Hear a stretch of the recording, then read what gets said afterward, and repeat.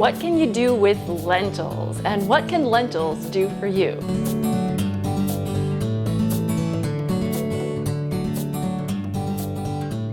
Hey there, I am Lorelei, registered dietitian nutritionist, and today I am going to sing the praises of this little legume. If you're not familiar with lentils, let me introduce you. I'm pretty sure you're going to get along. Lentils are a legume, like beans, but unlike beans, they're a little smaller and flatter, so they have a slightly different texture than beans, and they also tend to cook a lot quicker than beans if you cook them from dry. You can buy pre-cooked canned lentils, but because they actually cook so quickly and they're so inexpensive, I always cook my own. If you're a little intimidated or nervous about picking up a bag of dried legumes from the grocery store, lentils are actually a great place to start. You kind of can't go wrong. So today I'm going to give you some tips on how to cook them and how to use them. First of all, lentils cook really similarly to grains. You just add some dried lentils to a pot, put it in with some water on the stove, bring it up to a boil, reduce it to a simmer until the lentils are soft.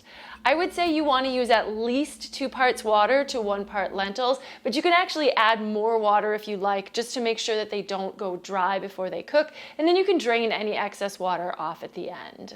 Unlike beans, you don't need to soak lentils. They'll still cook really quickly. But it can be a good idea to give them a little bit of a rinse under water, make sure you remove anything that is not a lentil and looks more like a stone, that sort of thing. Just clean them up before you go.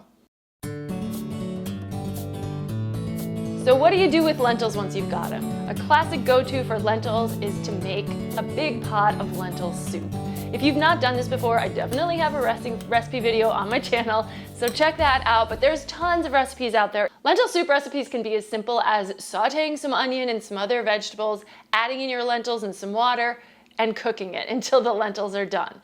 You'll probably want to add some seasonings and definitely some salt as well, but it can be that straightforward. There are tons of other lentil recipes out there too, though, the way you season them, the vegetables you use, etc. There are a lot of variations, but it really is simple, and all of the ingredients in lentil soups are generally pretty affordable. One of my first experiences with lentils was making a lentil chili.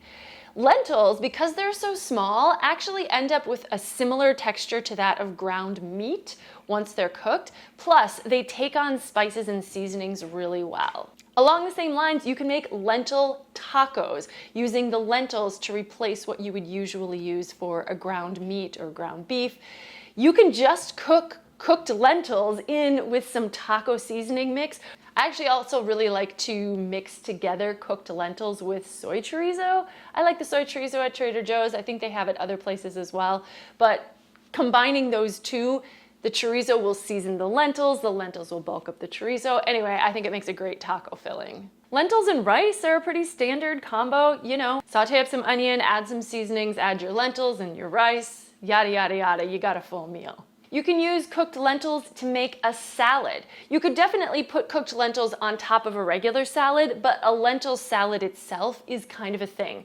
I have a reel about this on Instagram showing you my way of doing it. There are different kinds of lentils, so you can get, like the classic is like these green lentils, but if you get some like brown lentils or black lentils, they're usually a little smaller. They often hold together a little bit better when you cook them, so those are really good for lentil salads.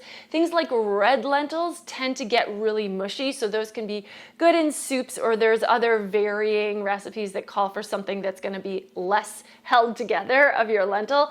So you might want to play around with different varieties, but all of them can work in most applications.